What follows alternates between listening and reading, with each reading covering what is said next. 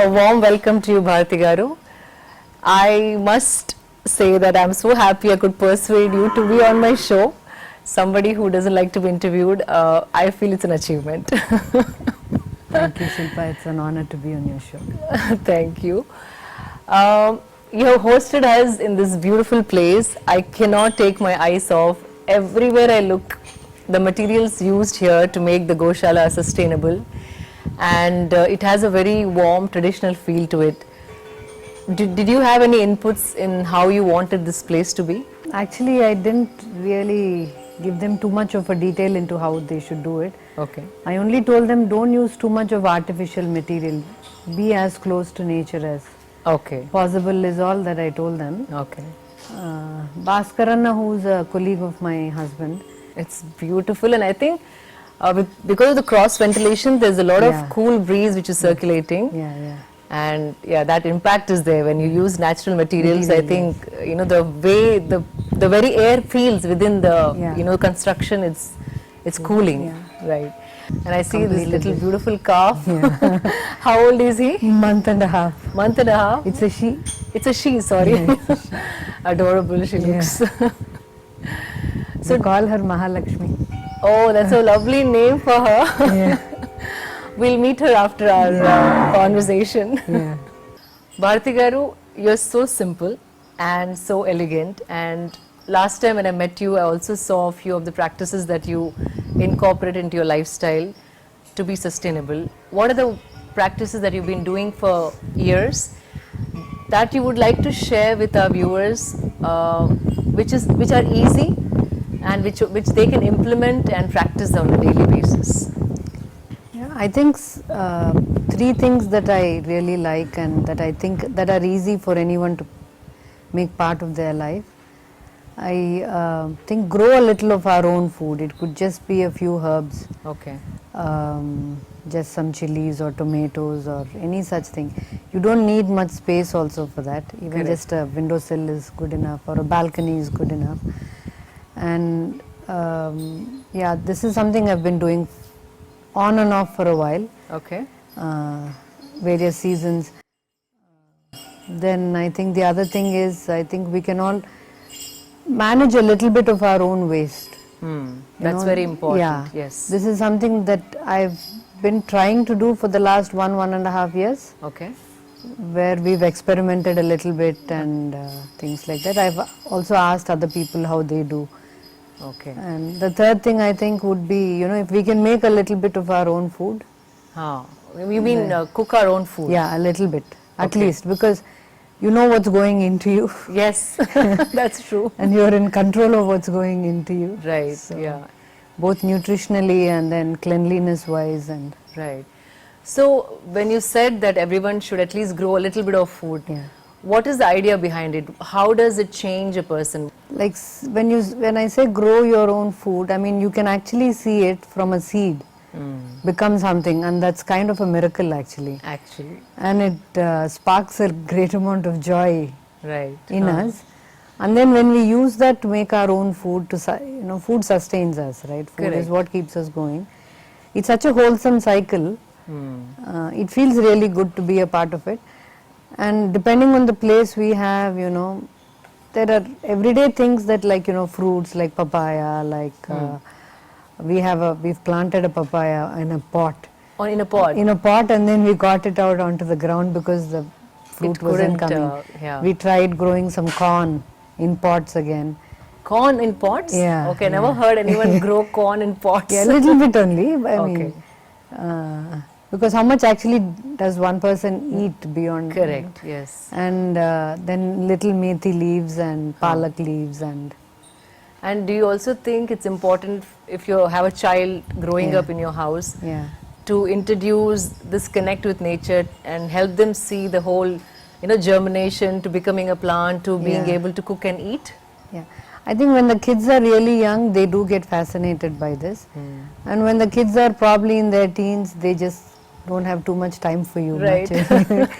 But then I guess when they see the mother doing these things or the father doing these things, it stays with them, I think, Right. Long into their life, I think it stays with them.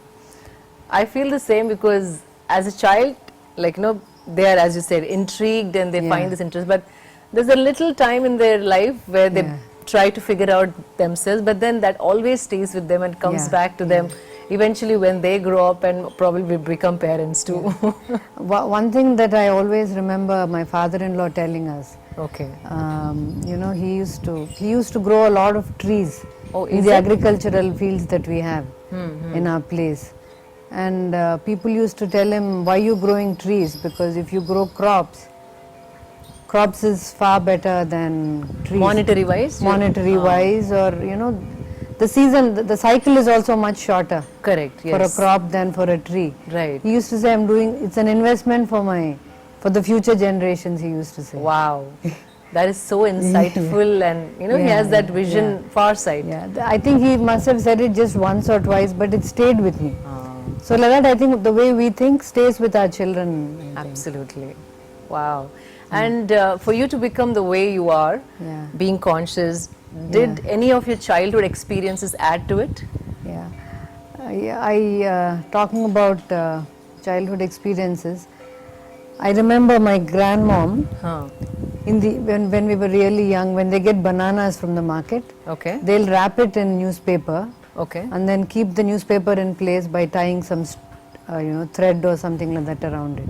Yeah, even flowers used to come that way. Yeah. So once they bring the bananas home, even whether it's my grandmother or the maid or somebody, they'll fold the newspaper, keep it aside. They'll take the thread and they'll roll it up into a circle kind of a thing. And they'll use the same thread to tie mallepulu. Oh, wow. So basically they're finding value in every resource and saving and reusing as much as they can before discarding. Yeah. That's such a beautiful example. Yeah. And one more thing, Shilpa, I remember. My mom used to do this when I was quite young. I think she still does it. Whatever leftover rice is there in the evening or night, she mixes that with curds and milk. Okay. And then by morning it becomes peruganam. Right. Which is supposed to be, now they say it's really good for your gut health because it's full of probiotics. Yeah, and overnight I think the fermentation happens and the milk and the yogurt and everything together. So that's what she used to eat and she's super healthy. Wow, this is something I'm going to steal this tip of you. And then they also have this, in my parents' house, they have this tradition of having the grandchildren or children when they come home to plant some trees. Oh wow. Like sapota trees or those kind of things. So this has been like a little tradition in your house? Kind of, yeah. And then they'll say, this granddaughter's tree has gotten this many sapotas or... Oh wow. And they send them here for us and So as grandparents, I think they really, instill that in their children. So even you planted trees while you were at your mom's place? Or not when I was younger, but now, yes. Now. Yeah.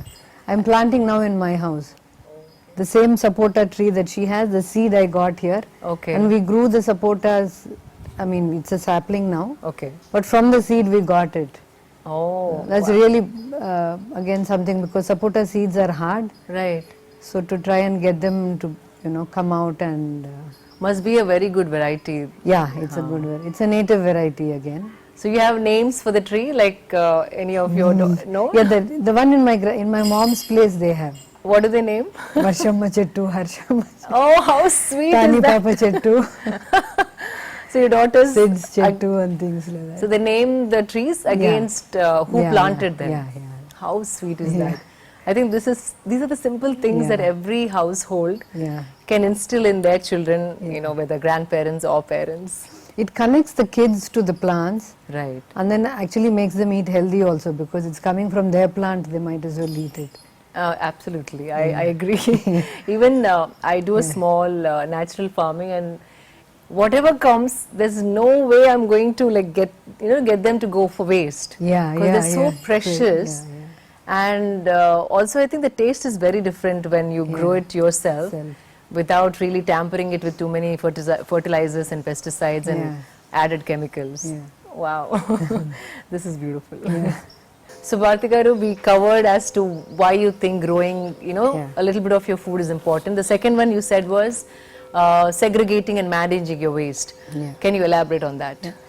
I think paper waste is something I think all of us manage well because we all send it to be recycled. Right. Other things like the plastic containers in which our cosmetics come.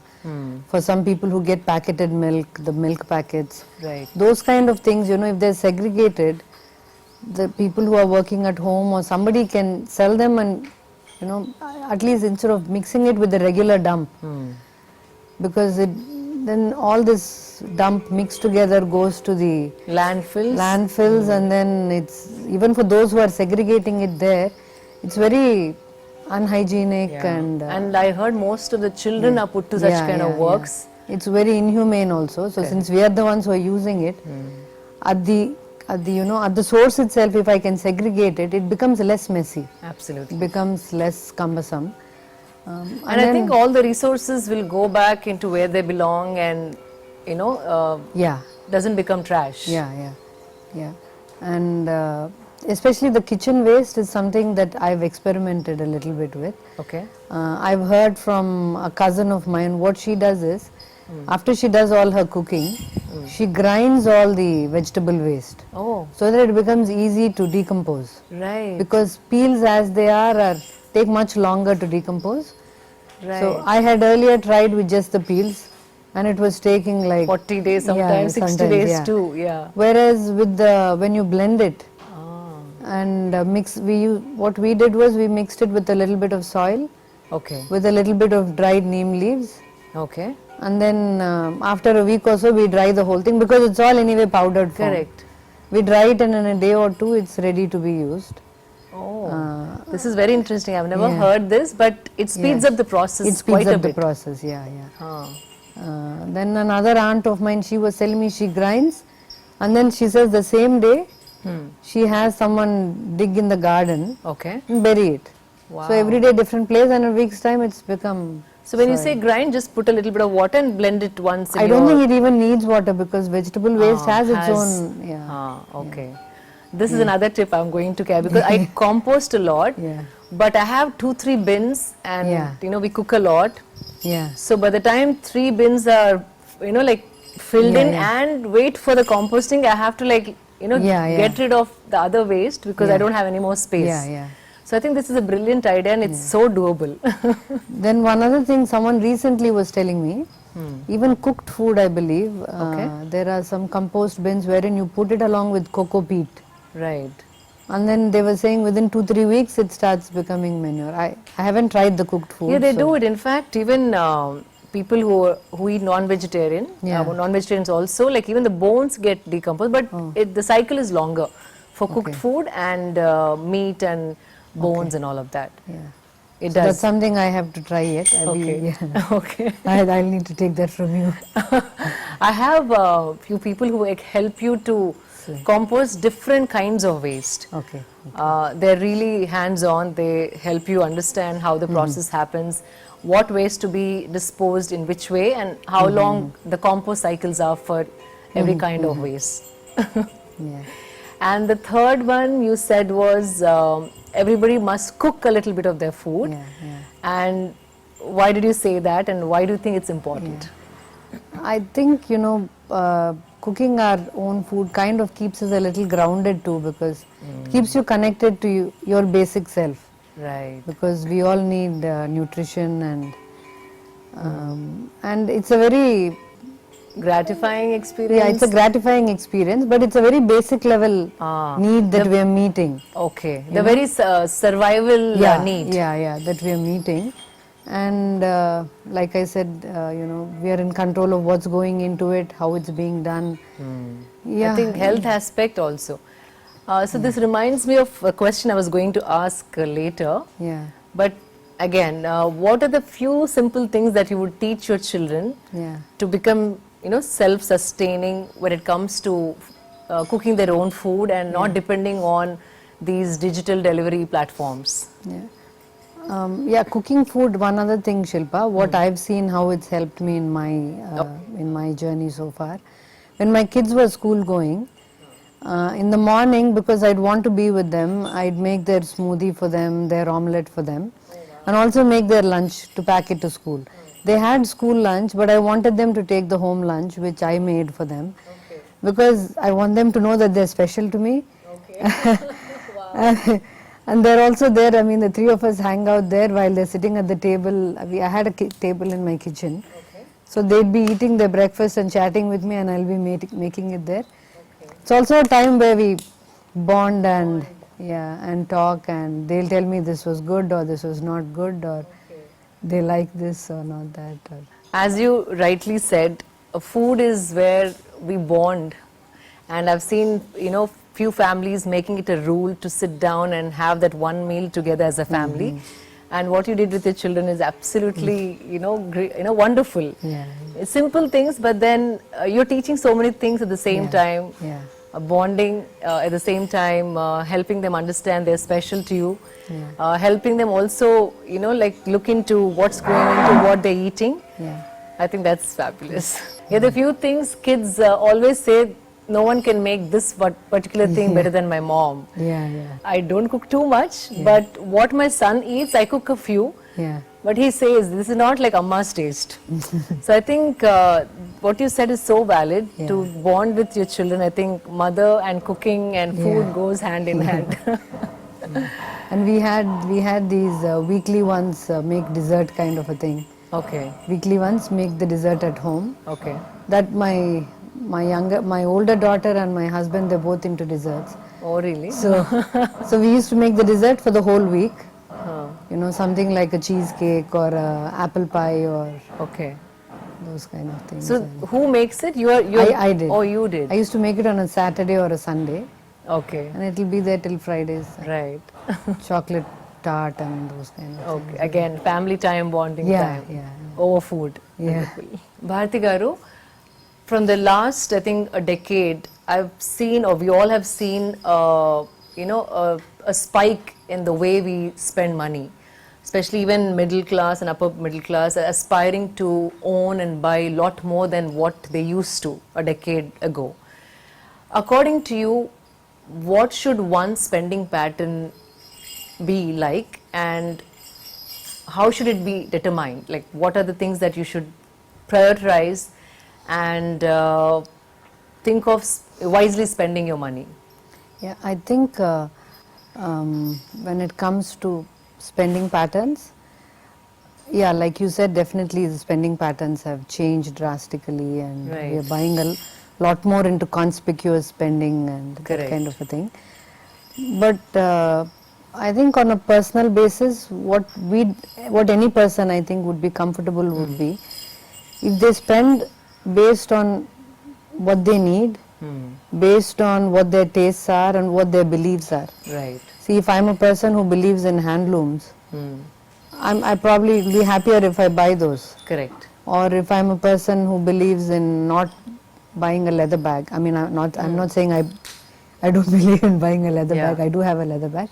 But suppose if that's the person, if that's their belief or their conviction or their taste, I think they should go by that rather than just because someone else is doing it or someone else says this is fashion and then we all do it. Right. That's one thing. And another thing, I think we should also give a thought to where is this material being sourced from? And what are the practices that are there in the manufacturing or the distribution of these things. Correct. Some time back, someone was telling me, I believe in these big fashion stores, or not even the big ones, the everyday one, I mean the regular ones that we see. I don't want to take names. Yeah, of course. I believe, once the season is over, they dump all the previous season's clothes. So that's a huge tax on the environment. Right. So I think all these things we should give it a thought when we are buying. Am I really doing something that's harming the environment or the universe? Or so basically thinking as to where it's coming, where it's going, how the practices are. Yeah, in that specific industry. Sometimes even in this fruit selling industry, I have noticed, they wrap things like mangoes in this really pink paper. The color itself shows that it's not something really organic. Okay. The color of the paper itself. Right. Or sometimes in glitzy paper, sometimes they wrap it and all that. None of those things are sustainable. I mean, Correct. they're not going to decompose easily. They're not going to. Oh yeah, you're right. I think artificially they inject a lot of hormones to keep them like Keep a them. certain way and last longer as well. So basically questioning, you know, putting in a thought and questioning as to where it's coming, where it's going, how it's been made. Yeah, I think that kind of takes care of And so one many more things. thing, when we spoke about how more and more people are spending more and more on acquiring things. I think using less is probably always better. Whether it's less water, less electricity, less everything, less Food also. material, less food saves a lot of problems. And Correct. Yeah, less that's wastage, less I think is actually a good thing. right. No, you're right. You're right. You know, just and we don't have abundance to feed so much population, which is growing at a rapid speed every year. No, but nowadays, you know, with the use of artificial pesticides and fertilizers, food production is fairly good. But at what cost? You know, you're depleting the soil by using these things. It's not sustainable. It's not at all. long run. Right. You know, and the nutrition levels also have come apparently down. dropped quite a bit. And then even because you know we're talking about huge consumption patterns. Why is the consumption become more? Because things are available at a much cheaper cost, I think. Correct. And that's happening because of rampant pillage of the natural resources. Right. See, because of the advances in production, advances in industrialization and technology, we have better ways, faster ways of pillaging nature, converting it into products, sending it out into the market, advertising it, and the supply chains that we have now. Everything makes it really good for big businesses, but really bad for the environment. Wow, this is a beautiful point that you drove. Yeah. Absolutely right. Yeah, everything is speed, you know, the process has speeded up and then consumption is also happening at that rate. Did you know that if this is the pattern which will continue, apparently we will need 3.5 planets to support this kind of lifestyle? That too for how many years we... Yeah, that's a scary thought in itself. As you said, less is more should be the new mantra. What you just said reminded me of another question I was going to ask you. I remember once you mentioned when I started designing for you that every time you buy a few set of clothes, you make it a point to remove a few clothes from your wardrobe. How do you manage that and where do you send your old clothes? I started this habit, I think, 4-5 years or 5-6 years back. Okay. I thought, see, I have so many clothes that I'm not even wearing. So I thought every time I buy now, I need to take out, otherwise not buy. Oh, wow. And it happens that, you know, as you start taking out, you probably first take out the things that you really don't like much or that don't fit you well. Then there are some that you really like, that you continue to keep. Yes. So, and then you can't buy until you take out some, right? Wow. So you end up buying less. And then sometimes even when, I don't bring it into even if someone gives me something, I bring it in only when the time comes when I can take it out. This is brilliant. And then in the process, you know, if someone else comes home, you gift them what you have bought for yourself or what someone has gifted you. Right. It might be something that you really liked also, that you really like and wanted to keep, but still you give it away. I think that is something to take back home. Yeah, that helps us in the long run because then you end up bringing in less into your wardrobe, so you end up buying less. Yeah, I mean, I never thought of it that way, but then it just makes you conscious. Yeah. That's brilliant. And then you asked, what do I do with the ones that I take out from my wardrobe? Yes. I usually send it, I give it to people who are working with us if their kids are office going or college going or... Okay. Yeah, so make sure... Because by and large our clothes will be in good shape. Good condition. Good condition, good shape. So. Okay. That's nice. Sharing. Sharing, yes. Bharathi Garu, I see the kind of involvement you have in your, kids' life. And as a parent, I know every generation, we all face different parenting challenges, especially in today's day and age. The millennium parents are facing this problem of not having enough time to spend with their children when they're growing up. And as a parent, I personally feel there's no other alternative. Like if you're not spending time with your children, you cannot fill that void with anything. And I've also seen a lot of parents living in guilt. So what would you say to those parents? Like how do they prioritize spending time with their children versus making a living or building their careers? How do they balance it? You rightly said one thing, Shilpa, about being present, being there, the time that there's no way, you can work around that. You have to be there, the given time. But I think one way would be to snatch time whenever you get in little bits and pieces also. Like I was talking about the breakfast thing that we had. It's a kind of a tradition. I mean, it's a kind of a habit or a tradition that we had it's a routine that we had fallen into. I think routines also help us because less of an effort to get into it. I mean, it's become habitual. Correct. So there is more time there for bonding, for I don't know if I'm getting myself. No, I know what you're saying. Like even if it is a limited time that you're spending, if it's a routine, it's effortless, and then it stays. It fits into a pattern of your everyday. Correct. So I think it's important to find things that you can do with them. Maybe like the breakfast time, or sometimes some parents watch movies with kids on the weekends. Or Correct. We used to sometimes have this thing, my children and me going out for once a week we have to go out together. Oh, wonderful. Something like that, or we also have a 10-minute prayer time together. Okay. Where we just read a little bit of the Bible and talk about it and pray and close. Okay. Those are things. But I think the most important thing is being attentive to them in that time.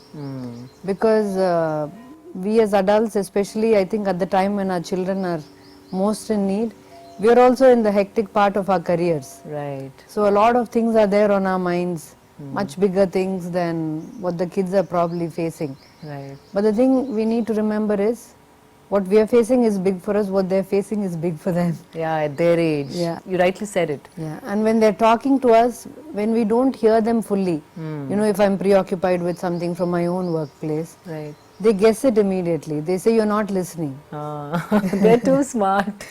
They say that. So being present with them, and one other thing that I've also seen with myself, being present with them the right way is also important.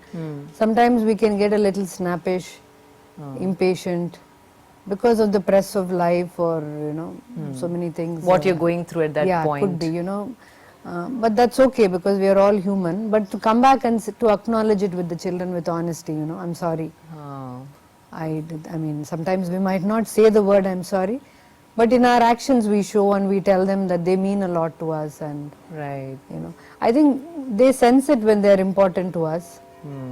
And I think kids is one long-term investment that we have. It's a lifelong thing, as long as we are there, they're there. And if they hurt, we hurt more than they. Right. So it's one thing we shouldn't be taking lightly. I feel, maximum priority that we can, other than, I mean, there are a lot of things that life sends our way and that we must be doing, but this is also something that we need to make intentional priority of. Right. Intentionally prioritize this. That was so beautifully said. Small patterns like, my daughter and me, we used to go Q-Mart shopping. Okay. Every week we have this Sunday afternoon, 3:30 we go to Q-Mart. And you have a time set on a Sunday for Q-Mart shopping? Yeah. Because she doesn't wake up early in the morning, and anyway morning we go to church and come back. Okay. So afternoon 3:30 or so we go. Okay. While we were in Bangalore, we used to go to Namdari, then Hyderabad. Whatever is close by, it's a 10-minute drive, 15-minute drive, whatever is close by. But doing things together as a family. So we buy the vegetables, the fruit, the meat together. We come back home, and when I'm making the dessert, they hang around there with me, and we chat and do it. She sits on the counter. Oh wow, I can totally imagine that mother-daughter bonding. Yeah, she'll be talking and I'll be telling her. And so even if the time is limited, what you're saying is be completely attentive and involved and spend quality time. Kids do understand. Right? Yeah. And we are not perfect when we're because we are also growing with them. Like when I had my daughters, I was probably 26. And we are also growing with them. But I think when that honesty is there, when that intention is there, and that honesty and transparency is there with them, we don't need to show them that we have it all figured out. Yes. You're so right. No parent is perfect. Yeah, because we all come with our own these things, and then we apologize to them. We tell them, "Mummy was mean and not right." And no, as you said, rightly said, we're growing up together. Like what you were 3 years back as a mother, you probably evolved as a mother 3 years from now. Yeah. So yeah, that's right. And giving them space to talk. And one other thing that I feel with regard to parenting, Shilpa, neither being too much of a disciplinarian nor being too much of a yes person. Because boundaries need to be set. Correct. They need to learn to hear no, because life does throw no at them. Absolutely. And I agree. if we haven't raised them hearing no, or not getting it perfectly all the time. I know a couple, they have I think 4-5 children. They were telling me they give gifts of varying value or quality to their children each time. Some gets really good one, someone get really bad. Okay. Because they want the children to know that life is going to be like that. Oh wow. You might get it this way, you might get it that way. So you need to be open to that. Right. Because basically as parents, we need to teach them to face life, not just give them everything.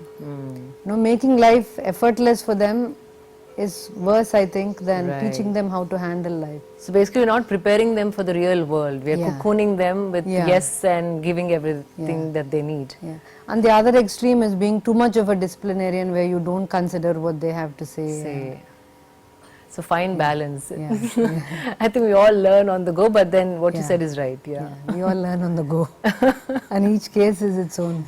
Right. So Bharathi Garu, the word inclusivity is being coined a lot lately in business forums, economic forums. What does it mean to you, and in what all aspects of life can we bring inclusivity?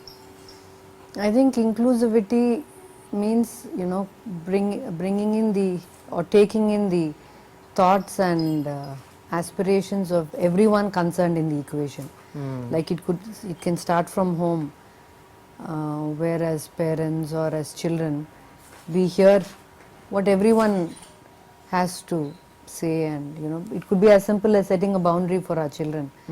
But we are considering what they have to say. Or at a workplace, we are looking at not just the interests of the organization, but the interests of all the other stakeholders. It could be the providers who are raw material suppliers, or it could be the users of your end product, or the environmental impact, or the social impact. Right. See, these are all things wherein you consider the impact it has on everybody else around, and then you factor all those things and take them. Or at a workplace also, there are so many various sections of people who are working in the organization at various levels. Right. But when the decision makers hear even the bottommost person, the last person, and take what their input is and figure that out into their policy as much as possible. And if it's not possible, if we can explain to them why it's not possible, it makes them feel heard and makes them feel part of the process. Then it becomes much easier to implement those things. Absolutely right. And then inclusivity at a political level is another thing. I think for the 1/3 reservation for women, I think there has been a big battle going on for so long now. It's still not passed in the parliament. Right. And I don't know if this will sound a little boasting, but Jagan has been doing a lot to actually bring about inclusivity. Okay. He's brought in a lot more women, lot more people from the backward castes, from the economically backward sections. Okay. Because once they are empowered, once their voice is brought to the forefront, then every decision that's taken is taken considering all the aspects in society, and that will help minorities or scheduled tribes which are limited in their population is limited. So all of these people, when they're brought into the political decision making, it brings about long lasting changes. And one other thing that that's very special to me is bringing in special needs children. Okay.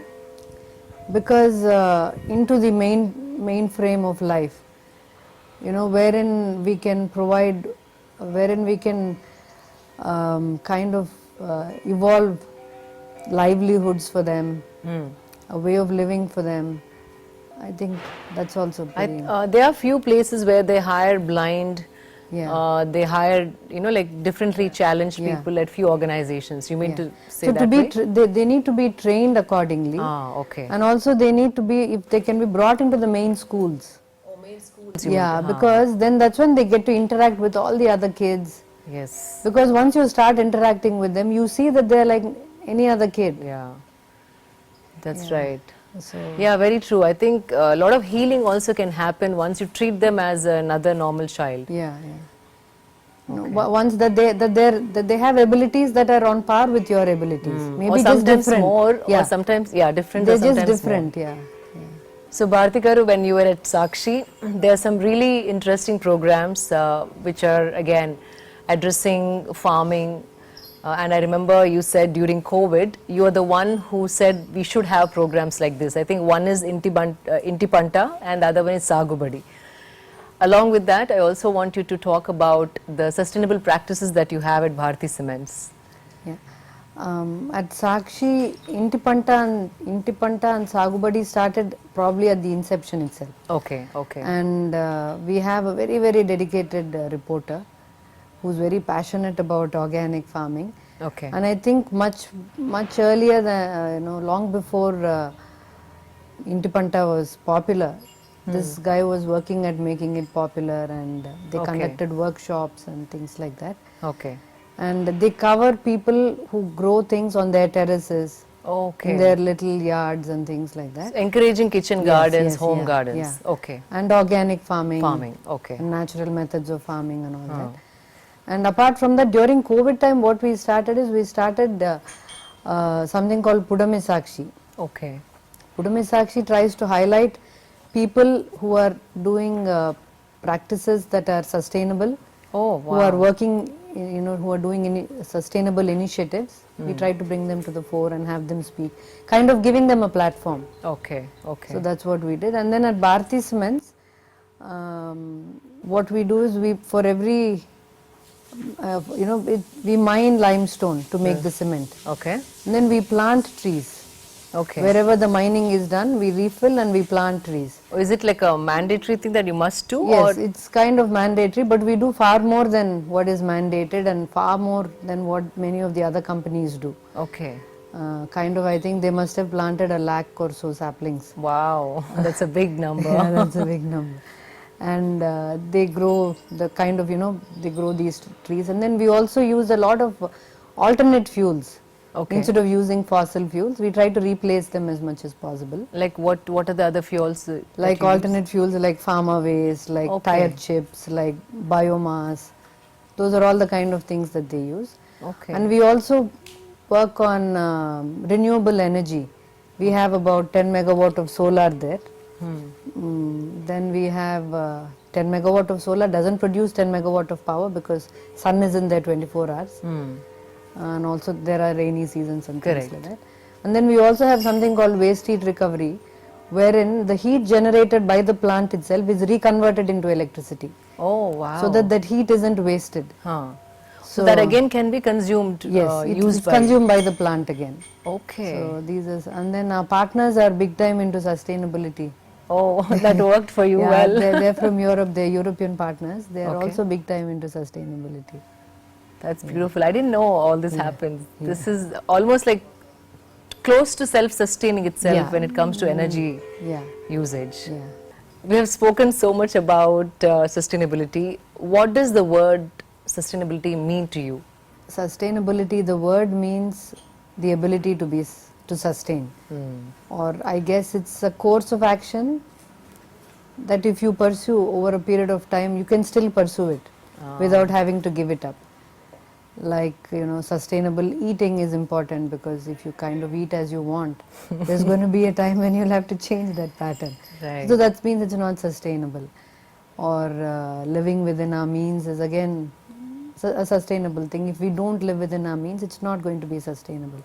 So I think sustainable living is something, it's commonsensical living.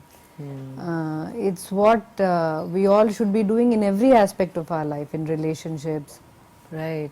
in the way we relate with nature, in the way we relate with one another at work, everywhere. There are people who push themselves beyond a point at work. Again, that's not sustainable. You can't do it for long. Then there are abusive relationships that also cannot sustain for long.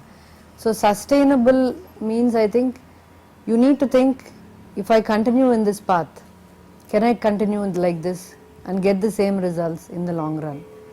And if the answer is no, the earlier you change your methods, the way you go about things, the better it is for everybody else involved. Right. Even with regard to environment, if we start consuming the way we are, using, throwing, it's not going to survive. It's not going to, it's not going to be possible for the long term, because more and more of our land space will be used for landfills, where nothing will grow, where we don't want to be near those dumps. Right. So how much of, so we need to think of and I think to be sustainable, we need to give it thought, and we need to be a little intentional that, it's going to be a little discomfort now, but I'm going to get into the habit of it.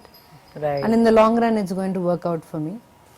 So a little intentional, a little thoughtful, and a little inclusive. You need to consider not only what it means for you, but what it means for everybody else in the equation. Right.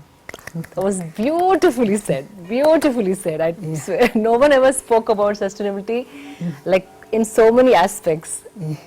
Bharathi Garu, last time when I met, you gifted me a book on sustainability, but honestly, I did not have the time to, read it.